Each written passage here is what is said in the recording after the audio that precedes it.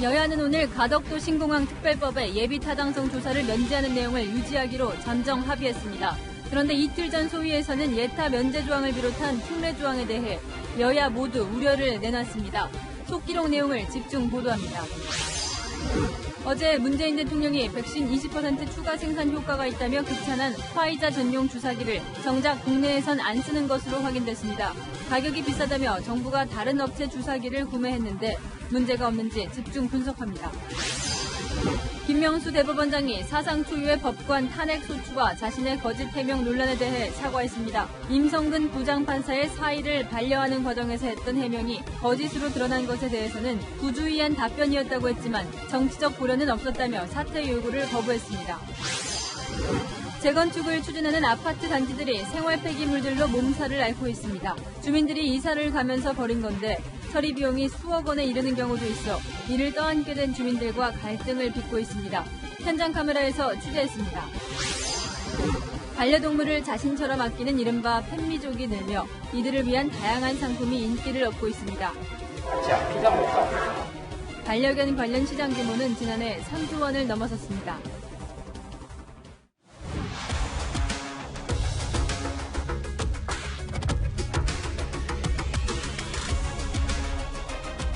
뉴스의 동정민입니다. 곳곳에서 일고 있는 패싱 논란, 이번엔 가덕도 신공항을 둘러싸고 벌어졌습니다. 예산이 한 10조 원가량 들어가는 대형 사업이죠. 이 법대로 하면 500억 이상 드는 국가 사업은 낭비를 막기 위해 예비 타당성 조사를 거쳐야 하는데요. 그런데 오늘 국회 상임위에선 이 가덕도 신공항 건설 때 예타를 면제하는 특별법을 통과시키기로 잠정 합의했습니다. 물론 시급한 일이면 면제할 수 있지만 과연 부산시장 보궐선거가 없었어도 통과가 됐을까요? 여당은 물론 야당 역시 선거 앞에서 견제는 없었습니다. 송찬욱 기자 연결합니다. 네, 지금 법안 처리 진행 상황은 어떻습니까? 네, 가덕도 신공항 특별법을 논의하는 국회 국토교통위원회 교통법안 심사소위원회 무려 6시간 반 동안 정회한 끝에 조금 전에 속개가 됐습니다. 그만큼 여야가 격론을 벌였다는 뜻이겠죠. 당초 여야는 오전 논의 끝에 잠정 합의를 도출하기도 했습니다. 가덕도 신공항의 신속한 추진을 위해 필요할 경우 예비 타당성 조사를 면제할 수 있다는 조항을 담기로 한 겁니다. 당초 그제 회의에선 예비 타당성 조사를 간소화하는 수준으로 논의했다가 민주당 지도부와 부산시장 예비 후보들의 강한 압박으로 방향을 전환한 걸로 보입니다. 이렇게 잠정 합의가 됐을 때만 해도 오후엔 국토교통위 전체 회의가 열려서 특별법이 순조롭게 처리될 것이라는 전망이 나왔습니다. 하지만 오후 들어 분위기는 바뀌었습니다. 가덕도 신공항 특별법 부칙에 김해 신공항 확장한 폐지를 넣는 여부를 두고 여야가 격론을 벌인 것으로 알려졌습니다. 민주당은 잠시 뒤 오후 7시 반에 전체 회의를 열어서 가덕도 신공항 특별법을 처리하고 오는 26일 본회의에서 이를 의결할 계획입니다. 지금까지 국회에서 채널A 뉴스 송찬욱입니다. 이런 졸속법이 나와서야 되겠나? 안 좋은 선례가 된다. 이렇게 예타 면제를 우려했던 국회의원들, 이틀이 지난 오늘 두말 없이 예타를 면제하기로 잠정 합의했습니다. 이 문제를 알고도 눈 감았다는 비판이 나오는 대목인데요. 최소연 기자가 당시 속기록들을 여과 없이 전해드립니다. 가덕도 신공항 특별법이 본격 논의된 지난 17일 국회 국토교통소위 속기록입니다. 기획재정부 관계자가 예비타당성 면제 조항은 삭제하는 게 맞다면서 예타를 최대한 단축해서 처리해야 한다는 규정으로 대체하는 게 좋을 것 같다고 제안합니다. 그러자 일부 여야 의원들이 동의합니다. 조홍천 민주당 의원은 구체적 사업에 대해 딱 찍어 예타를 면제한다고 할 경우 안 좋은 선례로 남을 수 있다고 말합니다. 하영재 국민의힘 의원은 아무리 급해도 이런 졸속한 법이 나왔나 우리 위신상의 문제라고 지적합니다. 송원석 국민의힘 의원이 조속히 처리한다는 취지의 조문이라면 예타 면제 조항 삭제를 해도 문제는 없지 않을까 생각한다고 하자 박상현 민주당 의원은 국회의 공항에 대한 의지 차원에서 기재부가 말한 정도는 담았으면 좋겠다고 말합니다. 예타 조사를 하되 단축해 실시하자는 기재부의 절충안에 의견 접근이 이루어진 겁니다. 하지만 산회 직전 분위기가 갑자기 바뀝니다. 진성준 민주당 의원이 기왕에 우리의 취지가 있으니 과감하게 예타 절차를 생략하는 게 바람직하지 않겠냐고 입장을 바꾼 겁니다. 그리고 이틀 뒤인 오늘 여야는 국토위 소위에서 예타 면제 조항을 그대로 두기로 합의했습니다. 채널A 뉴스 최순입니다. 이명박 정부는 4대강 사업을 강행하기 위해서 예비 타당성 조사를 생략시켜 버렸습니다. 야당 대표 시절 이렇게 비판했던 문재인 정부, 취임 후 이명박 정부 때보다 훨씬 많은 사업의 예타를 생략하고 있습니다. 예타를 생략하면 무엇이 우려되는지 다시 문 대통령이 했던 말 들어보겠습니다. 그 결과는 국민 혈세 22조 원 낭비였습니다. 나라 곳간이 걱정입니다. 김철웅 기자입니다. 약 4,500억 원을 투입해 강원도에서 포항까지 전기철도를 놓는 사업, 9,500억 원이 들어가는 서남해안 관광도로 건설 사업, 모두 2019년 예비타당성 조사가 면제됐습니다. 예비타당성 조사는 대형 국가사업이 정책적, 경제적으로 타당한지 따져보는 것으로 세금을 헛된 곳에 쓰지 않겠다는 취지입니다. 물론 예외는 있습니다. 국가재정법 제38조 2항에 따라 이 조사를 생략할 수 있는데 남발되는 것이 문제입니다. 이번 정부는 지난해 7월까지 88조 원 사업에 대해서 예비타당성 조사를 면제했습니다. 지금 추진되고 있는 가덕도 신공항 등을 합하면 100조 원이 넘는 역대 최대 규모입니다. 이명박 정부 때 60조 원, 박근혜 정부 24조 원에 비하면 문재인 정부의 예타 면제 금액은 앞선 두 정부를 합친 것보다 많습니다. 문 정부의 예타 면제 사유로는 균형 발전, 긴급한 경제 상황 대응이 절반 이상이었습니다. 자의적 판단으로 조사가 생략될 수 있어 나라 곳간을 걱정하는 목소리도 커지고 있습니다. 국가 경제적 차원에서 판단해야 되는데 전문가가 아닌 정치인, 자치단체에 의해서 판단하는 거예요. 국민들이 그런 개발 공략하는 사람들을 찍어준단 말이에요. 이것은 국민들 책임도 상당히 좀 크다고 봐요. 민주당은 경기 부양과 균형 발전을 위해 불가피하다고 주장하지만 야권에선 토건 포퓰리즘이라는 비판이 나옵니다. 채널A 뉴스 김철웅입니다. 정부가 다음 주 새로운 거리두기안을 발표할 것으로 보이는데요. 뉴질랜드나 캐나다에서 먼저 시행 중인 소셜 버블 개념 도입을 검토 중입니다. 좀 생소하실 텐데 단순하게 인원 수를 규제하기보다 생활 영역을 제한하는 개념입니다. 가족이나 직장 동료처럼 생활권이 겹치면 5명이 넘어도 만나도 되지만 새로운 사람, 새로운 생활권과의 접촉은 막겠다는 겁니다. 어떤 게 더 효과가 있을까요? 김단비 기자가 전해드립니다. 정부가 거리두기 체계를 개편 중인 가운데 모임을 어떻게 규제할지 다양한 방법을 고민하고 있습니다. 현재 5단계로 세분화되어 있는 거리두기를 간소화하면서 3차 유행을 막는 데 효과적이었다고 판단한 5인 이상 모임 금지를 거리두기 체계 안에 정식 편입시키기로 했습니다. 관건은 모임 금지의 기준입니다. 높은 단계로 격상시 사적 모임을 금지하는데 현행대로 5인 기준으로 할지 인원 기준 자체를 바꿀지 고민하고 있습니다. 정부는 장소 또는 행위별 규제도 검토하고 있습니다.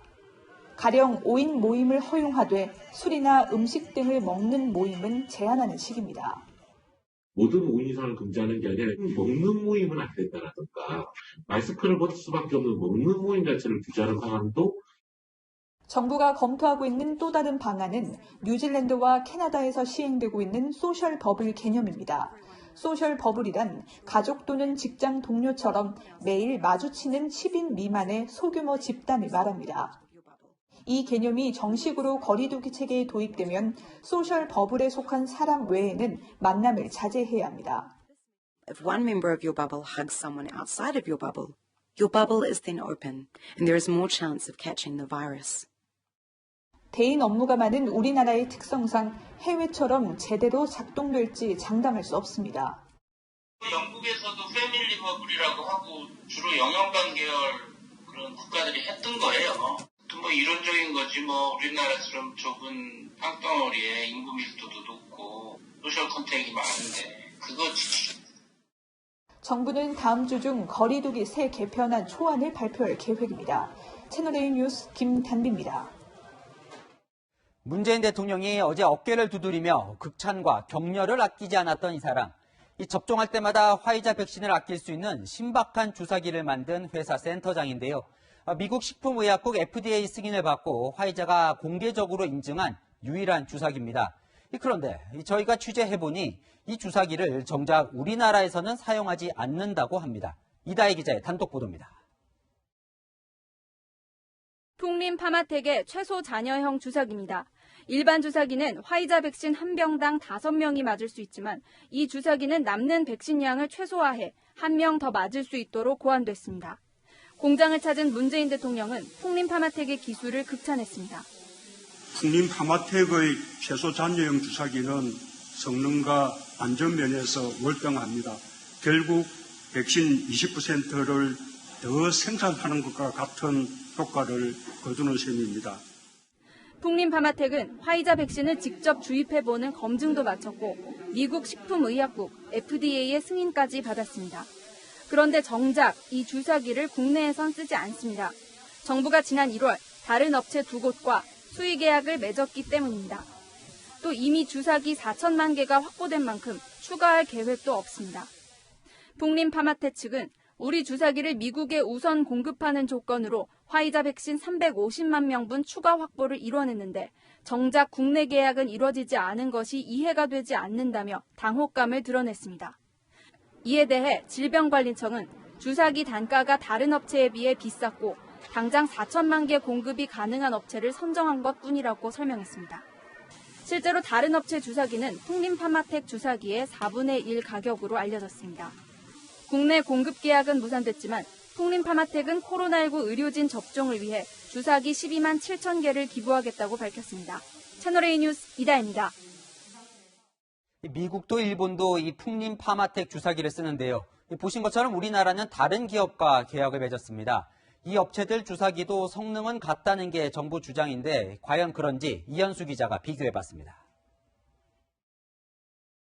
국제 백신 기구인 코백스 퍼실리티를 통해 화이자 백신 5만 8,500명분이 26일 인천공항으로 들어옵니다. 국내 첫 화이자 백신으로 다음 달 의료진을 대상으로 접종에 들어갑니다.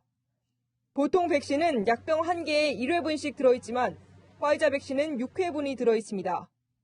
전 세계적 대응이 급하다 보니 아예 대용량으로 만든 겁니다. 이 때문에 화이자도 한 병당 6명 접종을 위해 5+1 최소 잔여형 주사기 사용을 권장하고 있습니다. 화이자 백신이 저희 식약처에 허가 신청한 내용을 들여다보면 이 최소 잔량 주사기를 통해서 접종을 하도록 이렇게 허가 신청이 되어 있기 때문에 우리나라가 지금까지 확보한 화이자 백신은 1,300만 명분.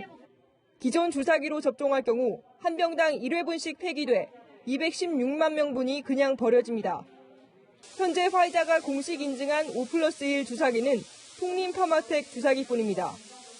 삼성전자가 지원한 가운데 화이자 백신 실제 투여 검증까지 마쳤고 이 과정에서 특허까지 획득했습니다. 특허가 4개가 생성됐습니다. 즉 이게 사람을 정도 되는 그런 주사기 잔류량을 신속하기 위해서 외통과 프론조에 상당히 코 모양에 대한 기술비를 냈습니다. 하지만 우리 정부는 다른 주사기를 쓰기로 한 상황. 식약처는 두 업체 제품 모두 식약처 인증을 받았고 의료기기 2급으로 등록됐다고 밝혔습니다. 이 역시 최소 잔량 주사기로 6회분 사용에는 문제가 없다는 겁니다. 그러나 화이자 백신 실제 투여 검증은 이뤄지지 않아 예상 못한 변수가 발생할 가능성도 있습니다. 채널A 뉴스 이현수입니다. 우리가 개발한 전 세계 유일한 화이자 공인 주사기를 정작 우리가 안 쓰는 다소 의아한 상황인데요. 이다혜 기자와 조금 더 살펴보겠습니다. 사실 전 세계가 이제 백신 전쟁을 넘어 주사기 전쟁을 벌이고 있다 이런 얘기도 나오는데 선진국들은 이 풍림 파마텍 이 주사기를 쓰려고 한다는 거죠. 네, 그렇습니다. 미국과 일본, 프랑스 등 20개 나라에서 2억 6천만 개 요청이 들어와 있고 미국을 시작으로 공급이 될 예정입니다. 이 화이자 백신은 5+1, 이 6회분 주사기를 쓰지 않으면요, 백신 20%는 그냥 버려야 합니다. 한 방울이 중요한 지금 전용 주사기 확보에 사활을 걸고 있는 겁니다. 그래서 좀 의아한 거죠. 우리 정부는 왜 풍림 파마텍과 계약을 안 한 건지. 네, 일단 비싸다는 게 첫 번째 이유입니다. 정부가 지난달 다른 업체와 계약한 물량은 4천만 개인데요. 이들 주사기 한 개 가격은 250원 정도로 알려져 있습니다. 풍립파마텍 것은 1,000원 정도로 총액으로 따지면 300억 원가량 차이가 나는 겁니다. 이 또 다른 요인은 당장 물량 공급이 가능한지 여부였는데요. 지난달만 해도 정부는 설 연휴 전에 화이자 백신을 접종하겠다고 했었죠. 1월 중에 당장 납품할 수 있게 할 수 있는 업체를 고른 겁니다. 사실 돈이 문제는 아닐 것 같기도 한데 이 풍림 파마텍 주사기와 우리가 계약한 주사기 성능은 크게 다르지 않다. 이게 지금 정부 주장이잖아요. 네, 그렇습니다. 일단 다른 두 업체 주사기도 백신 한 병당 6회분을 투여할 수 있는 최소 잔여형 주사기인 건 맞습니다. 그런데 화이자가 강조한 조건은 두 가지가 더 있습니다. 이 바늘과 주사기가 분리돼야 하고 안전장치가 있어야 한다는 겁니다. 이 백신 주사기는 2차 감염 위험 때문에 사용할 때나 또 폐기할 때 안전에 더 유의해야 하기 때문인데요. 이 영상을 보시면요.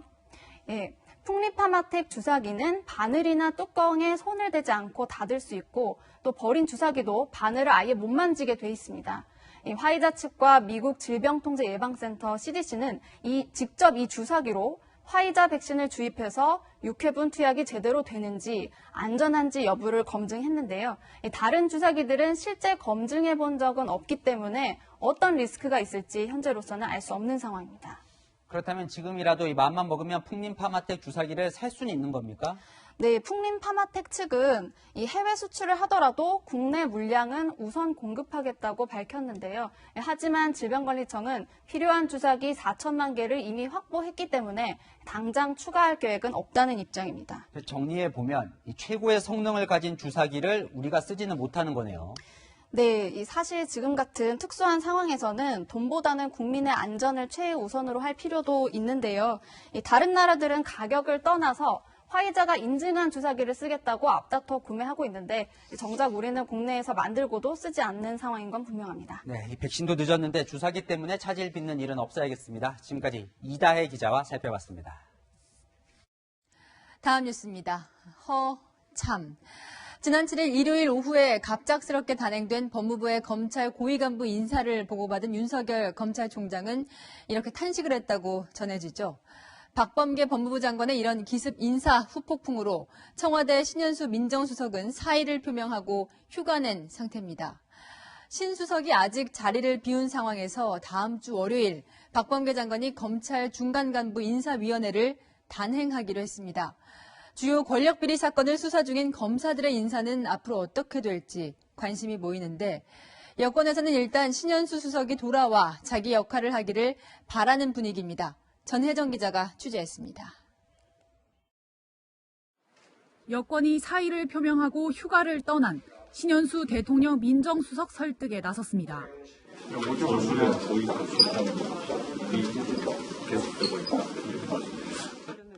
신 수석 사임이 자칫 레임덕으로 이어질 수 있다는 우려 때문입니다. 한 여권 관계자는 청와대는 지금 수술실 밖에서 자녀를 기다리는 부모의 심정일 것이라고 귀띔했습니다. 여권에선 확대 해석을 경계하며 신 수석의 복귀를 바라는 희망 섞인 관측이 나옵니다. 일상적으로 있는 일이다. 야당에서 이거 가지고 그렇게 이게 야당 법석 할 일인지 저는 상당히 좀 의아스럽다. 고민정 민주당 의원은 오늘 한 방송에 출연해 다시 그 자리로 돌아올 것으로 믿고 있다고 했고 청와대 관계자는 대통령과의 오랜 관계를 생각하면 마음을 바꿔 복귀할 가능성이 높다고 전망했습니다.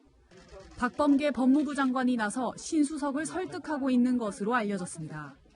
한 친문 의원은 박범계 법무부 장관이 사과 의사를 충분히 전달했고 계속 설득할 것으로 안다고 전했습니다. 여권의 설득에도 신 수석이 사의 뜻을 굽히지 않을 가능성도 제기됩니다. 법무부가 오는 22일 검찰 인사위원회를 진행하기로 한 걸 두고는 설득 실패에 대비한 게 아니냐는 관측도 나옵니다. 윤석열 검찰총장이 권력사건 수사팀 유지 인사안을 법무부에 전달한 걸 놓고도 인사 조율이 잘 안 되고 있는 게 아니냐는 분석이 나옵니다. 채널A 뉴스 전혜정입니다. 국민의힘은 신현수 민정수석의 사의 표명 사태에 대해 인사안을 제거한 문재인 대통령이 직접 설명하라고 요구하고 있습니다. 6년 전 박근혜 정권 시절 비슷한 일이 일어났을 때 문 대통령이 했던 발언이 부메랑으로 돌아오고 있습니다. 안보겸 기자가 보도합니다.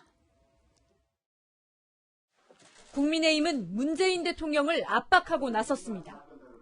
거듭된 사의를 굽히지 않고 휴가를 내고 가 있는 것인지 무엇이 문제인지 대통령께서 직접 설명하고 이해를 구해야 할 것입니다. 권력의 핵심인 민정수석 파동이 연이어 나면서 임기말 레임덕이 더욱 심화되고 있습니다. 6년 전 문 대통령 발언은 부메랑이 돼 돌아왔습니다. 지금 박근혜 대통령의 비서실이 완전히 기강이 붕괴되어 있다고 생각됩니다. 박근혜 대통령도 국민들 앞에서 사과할 필요가 있다고 생각합니다. 박근혜 정부 시절인 2015년 1월 김영한 대통령 민정수석이 갑자기 사표를 냈는데 당시 김기춘 비서실장 등과의 불화설이 돌았습니다. 새정치민주연합 의원이던 문 대통령은 청와대를 향해 위아래도 없다, 콩가루 집안이라며 대통령의 사과를 요구하기도 했습니다. 민주연합 의원들도 비판에 가세했습니다. 김영한 민정수석의 항명과 하극상, 그야말로 콩가루 청와대로 조롱당하는 영도 서지 않고 있는 청와대 공직기강이 무참하게 무너진 것에 대해서 대한민국 국민은 근심과 분노만 가득 쌓이고 있습니다. 금태섭 전 의원은 박근혜 청와대와 뭐가 다르냐고 비판했습니다. 채널A 뉴스 안보겸입니다. 여러 의혹에 휩싸인 김명수 대법원장 오늘 송구하다며 사과를 했습니다. 그런데 그 사과가 오히려 더 큰 논란에 불을 지폈는데요. 이 녹취 기억나십니까? 그거 내가 사도수리했다고 하면 국회에서 무슨 이야기 듣겠냐면 이렇게 말해놓고 오늘은 정치적 고려가 없었다고 해명했습니다.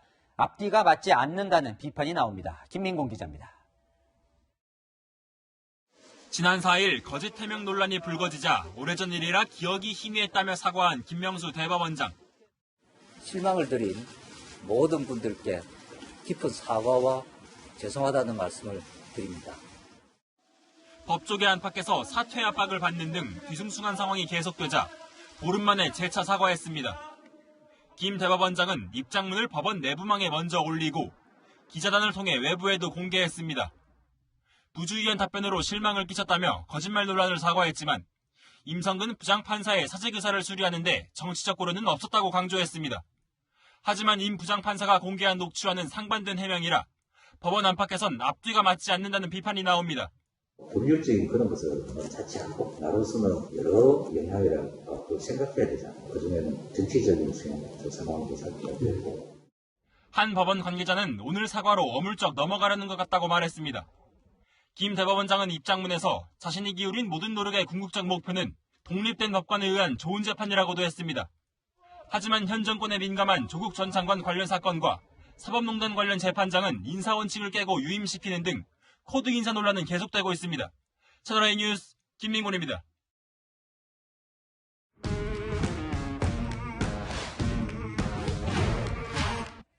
여한야랑 김민지 기자와 함께합니다. 첫 번째 주제 보여주시죠. 선방대 논리정연 누구 이야기입니까? 네, 안철수 국민의당 대표와 금태섭 전 민주당 의원의 이야기입니다. 이번 서울시장 선거에서 이른바 제3지대 단일화에 합의한 두 사람의 첫 대결이었죠. 다양한 평가가 나오고 있습니다. 그래서 두 사람 중에 누가 더 잘했다고 하나요? 네, 이 토론회를 본 이 전문가들의 반응은 엇갈렸습니다. 안철수 후보 쪽이 약간은 더 우세했다. 서울시의 상황에 대해서 잘 알고 있다라고 하는 그런 거를 보여줬다는 측면에서 더 낫지 않았나. 실업률 4.6%입니다. 전국 꼴찌 수준입니다. 청년 실업률은 그 2배입니다. 20만 개가 매년 폐업하고 있습니다. 빠져나간 인구가 100만 명에 달합니다. 숫자를 잘 말하면 이 전문적으로 보이긴 하죠. 네. 그래서 이 안 대표가 더 잘했다는 이야기가 많았습니까? 그런데 다른 의견도 있었습니다. 금 전 의원이 좀 논리정연하게 인신공격 없이 신사적으로 토론에 임했다고 호평하기도 했습니다. 안 후보께서 10년 전에 새정치의 기치를 들고 나오셨습니다. 굉장히 훌륭하신 일이었고 저도 열심히 도왔습니다. 10년이 지났습니다. 과연 어떤 변화가 있었는지 비판하거나 하는 것이 아니라 책임이 있다고 생각을 합니다. 그래요. 그런데 이 토론회에 누구보다 관심을 가졌을 사람, 이 제2차 단일화 대상인 이 국민의힘 당사자들이겠죠? 네. 김종인 비상대책위원장의 평가가 특히 궁금한데요. 네, 그래서 오늘 저도 통화를 해봤는데요. 김 위원장은 안철수 대표가 연습을 많이 한 것 같더라, 이렇게 평가를 했습니다. 며칠 전만 해도 자유자재로 답변하는 게 정치인의 역량이라면서 우회적으로 비판했는데 분위기가 바뀐 겁니다. 국민의힘은 토론회를 거치면 확실히 승기를 잡을 수 있을 거다, 이렇게 토론회 자신감을 보여왔는데 이번 토론을 보고 나서는 신경이 쓰이는 분위기가 감지되고 있습니다. 김 위원장이 안 대표에 대해서 긍정적으로 말한 게 좀 이례적이긴 하네요. 네. 자, 국민의힘 얘기 조금 더 이어가 보죠. 독하게 섬세하게 나경원, 조은희 두 서울시장 후보가 오늘 토론을 벌였어요. 네, 사실 독하게 섬세하게 이것은 나경원 후보의 캐치프레이즈인데요. 맞수 토론에서 조은희 후보가 이것을 역이용했습니다. 셔틀버스 안에서도 할 수 있다는 셔틀버스에서 이야기고요. 어르신들 오히려 더 위험해서 돌아가시겠다. 독하게 섬세하게. 독하게 섬세하게. 조금 더 섬세하셔야 되는 거 아닌가. 17조 예산은 도대체 어디서 가져오는지 예산 계산을 안 해보셨어요? 전체 예산은 계산하지 않았습니다만 그게 지금 섬세하지 않다는 거죠. 독하게 섬세하게. 독하게 섬세하게. 독할지는 몰라도 섬세한 건 좀 부족하다고 생각이 듭니다. 우리 조은희 후보 지난번 오세훈 후보하고 토론할 때랑 사뭇 다르시군요. 조 후보 작심하고 나온 것 같네요. 나 후보의 반격도 있었죠? 그렇습니다. 나 후보는요, 끝까지 평정심을 잃지 않고 조목조목 반박하고 때로는 역공도 폈습니다. 코로나 채권 발행하겠다는 거의 핵심은요, 구제하듯이 지원하는 게 아니고 법으로 보상을 받는 겁니다. 9만 원으로 보상이 될까요? 문재인 정부가 돈을 나눠주는 재난지원금하고는 크게 다르지 않다. 보상을 하는 것은 그 손실에 따라서 다르게 해야지. 참이 웃으며 공격하는 조 후보나 흐트러지지 않는 나 후보나 이게 정치인 내공인가요? 네, 오늘 토론을 보면서 느꼈는데요. 토론에서 가장 중요한 기술은 바로 표정 관리가 아닌가 싶습니다. 하긴요, 이 아무리 싸워도 존경하는 의원님, 이 말은 잊지 않는 게 또 정치인이니까요. 지금까지 야랑야랑이었습니다. 네, 어젯밤 강원도 양양에서 대형 산불이 났습니다. 과거 낙산사를 모두 불태웠던 큰 산불이 났던 곳이라 주민들은 뜬 눈으로 밤을 지새웠습니다. 강경모 기자입니다. 나뭇가지 사이에서 시뻘건 불이 활활 타오릅니다. 연신 물을 뿌려보지만 불길은 쉽사리 잡히지 않습니다. 강원도 양양에서 산불이 났다는 신고가 접수된 건 어젯밤 10시 반쯤입니다. 이 창고에서 시작된 불은 강한 바람을 타고 인근 야산으로 번졌습니다. 진짜 무서워.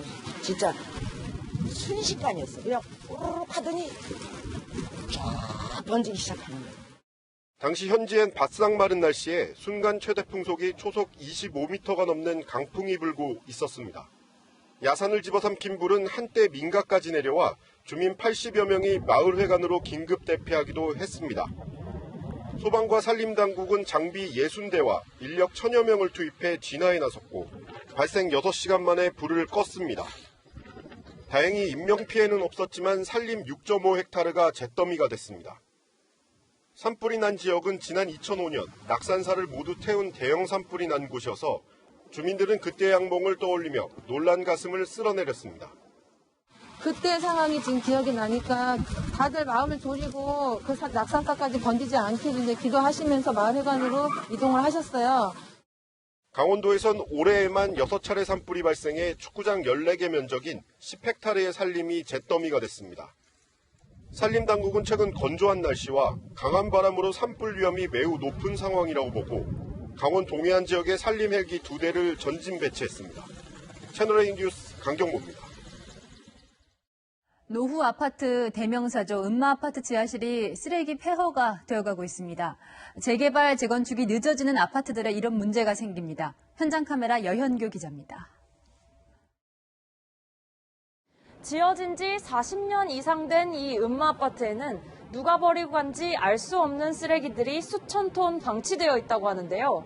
상황이 어떤지 현장으로 갑니다.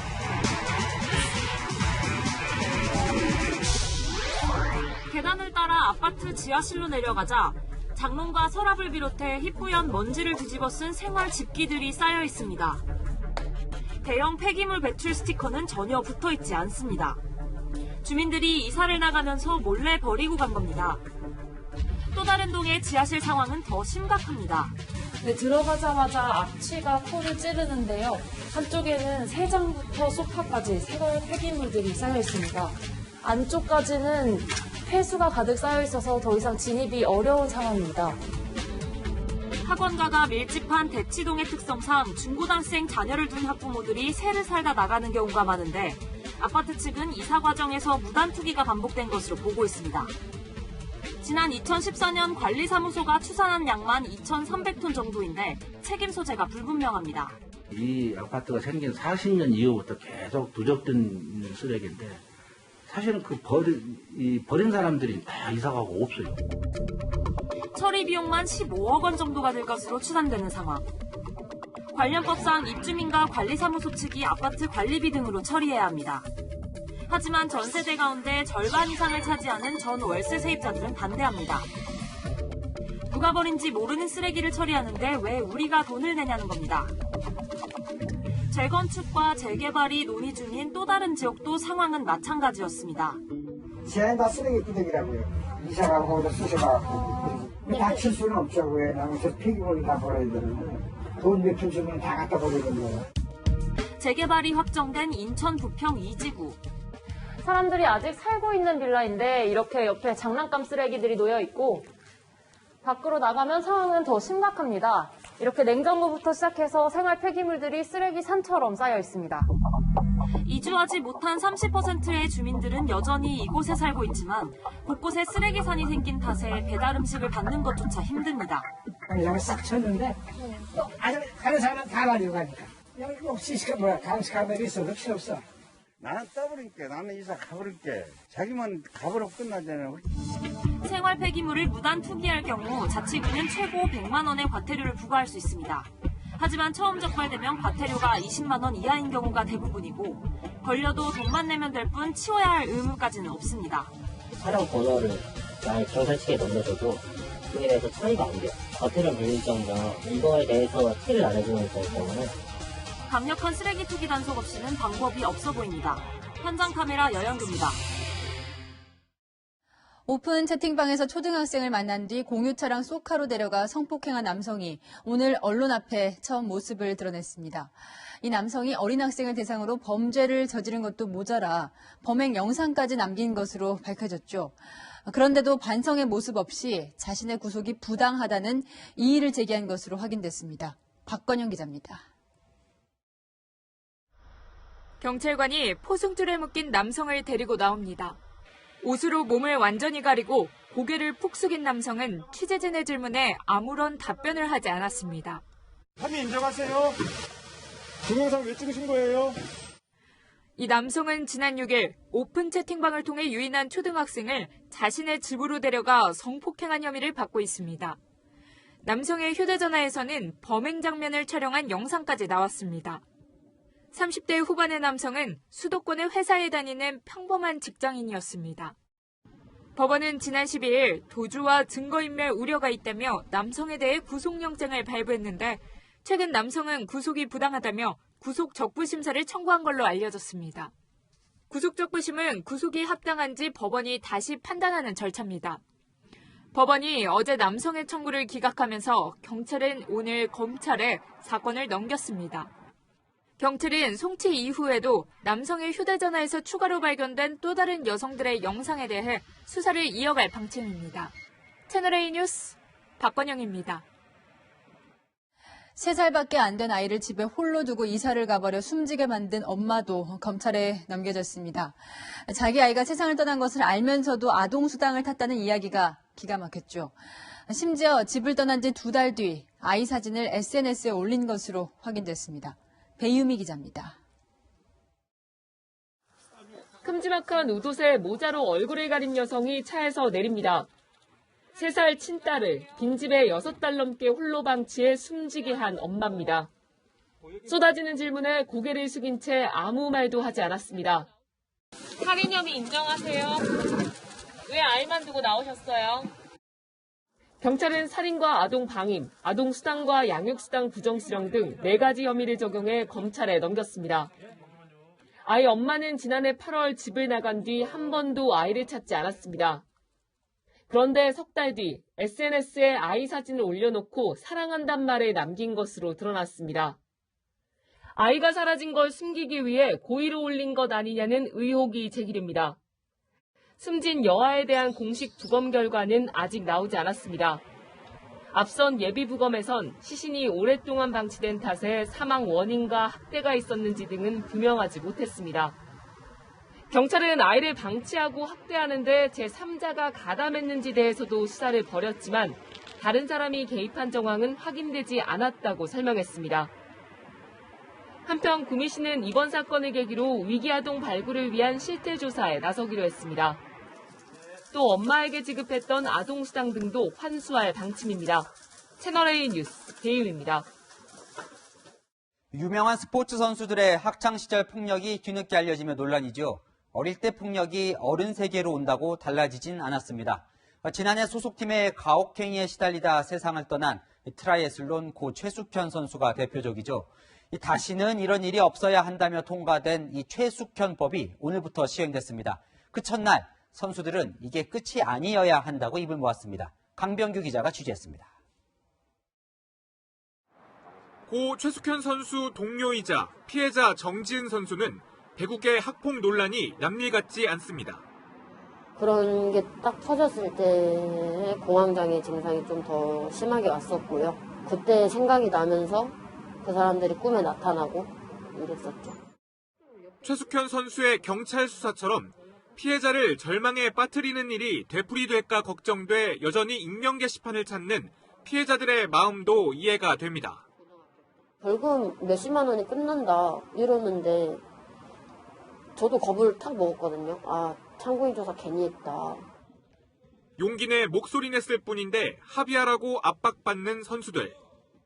상문하는 사람이 합의를 하지 않는데 몇 푼 받고 이렇게 납부금이라도 받고 사는 게 어떻겠냐 이런 얘기를 되게 많이 했었거든요. 니네들 힘들걸? 12년 전 자신을 폭행한 감독을 아무런 일 없다는 듯 제회하는 것이 체육계 현실입니다. 최숙현법이 오늘 시행되면서 스포츠윤리센터의 권한과 피해자 보호 조치, 가해자 제재가 한 차원 강화됐습니다. 하지만 최근 3개월간 338건의 신고 중 20여 건만 처리한 윤리센터의 성적표. 가해자는 양지로, 피해자는 음지로 몰리는 건 엄연한 현실입니다. 윤리센터 인력을 보강하고 2차 가해를 막는 대안이 필요하지만 무엇보다 필요한 건 지속적인 관심. 분명히 지금 언론에서 이렇게 떠들썩하기 때문에 잠깐 이렇게 떠올랐다가 또 잠잠해지면 또 사그라들 거기 때문에. 최숙현법은 끝이 아닌 시작입니다. 채널A 뉴스 강병규입니다. 반려동물은 법상 물건으로 돼 있어서 상속이 불가능하다. 어제 저희 팩트맨에서 전해드렸는데요. 이 물건이라 반려동물을 자신처럼 아끼는 펫미족이 들으면 깜짝 놀랄 일이죠. 식당에서 반려동물과 함께 밥을 먹고 반려동물 적금과 보험까지 드는 펫미족의 일상을 김유빈 기자가 들여다봤습니다. 반려견과 함께 레스토랑에 들어옵니다. 반려견용 의자에 앉히고 메뉴를 고릅니다. 피자 먹을까? 사람과 반려견이 함께 먹을 수 있는 메뉴로 구성되어 있는데 같이 줄게. 앉아. 멸치 기다려. 같이도 줄게. 반려견 한 입, 나 한 입, 마치 분신과도 같습니다. 반려견용 미용실과 반려견용 수영장은 물론이고 고가 브랜드의 의류와 명품 가방, 사회생활을 가르치는 유치원까지 없는 게 없습니다. 마치 자기 자신에게 소비를 하듯 반려견을 위해선 지출을 아끼지 않는 소비자, 바로 펫미족을 겨냥한 상품들입니다. 반려견은 나처럼 여기시면서 반려견을 데리고 쇼핑을 하고 반려견을 데리고 식사를 하시는 그런 문화들이 많이 발전되고 있는 것 같습니다. 애완동물과 경제를 합성해 패코놈이라고 부르는데 지난해 시장 규모는 3조 원을 넘을 만큼 급성장했습니다. 쇼핑몰 같은 다중이용시설도 과거와는 달리 반려동물과 함께할 수 있도록 방침을 바꾸고 있습니다. 쇼핑하는 동안엔 지친 반려견을 위해 쇼핑객들은 이처럼 유모차를 이용할 수도 있습니다. 편하게 자유롭게 올 수 있어서 좋은 것 같아요. 오늘 엄마랑 강아지랑 같이 나오니까 기분 어때요? 좋아요. 호텔들은 반려견과 동반 투숙이 가능한 객실 패키지를 선보이고 있고 금융권도 반려동물 적금과 보험까지 내놨습니다. 채널A 뉴스 김유빈입니다. 이례적으로 혹한이 들이닥친 미국 텍사스 지역은 물과 기름, 식료품까지 동나 일상생활이 마비됐습니다. 현지 한인분들이 보내주신 심각한 피해 상황 영상들을 워싱턴 김정환 특파원이 보여드립니다. 냉동식품과 식료품 진열대가 텅 비었습니다. 대형마트는 판매할 물건이 떨어져 아예 문을 닫았습니다. 텍사스 지역을 강타한 혹한으로 정전과 단수까지 수일째 이어지자 유통망은 끊기고 시민들은 사재기에 나선 겁니다.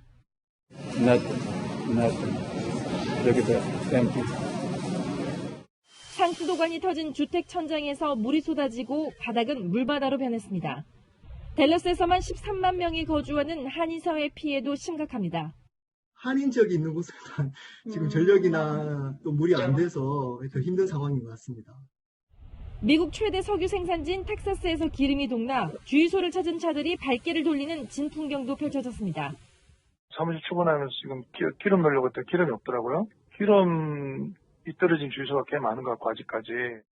긴 줄을 서 마실 물을 구하고 집 밖에서 직접 구해온 땔감으로 불을 지피는가 하면 자동차 히터를 집 내부와 연결해 몸을 녹이는 텍사스의 겨울은 가혹하기만 합니다. 도심 공원도 봄 기온 대신 이렇게 꽁꽁 얼어붙은 겨울 벌판이 됐습니다. 이 혹한은 이번 주말까지 미국 전역에서 계속될 것으로 예상돼 추가 피해가 우려됩니다. 워싱턴에서 채널A 뉴스 김정환입니다.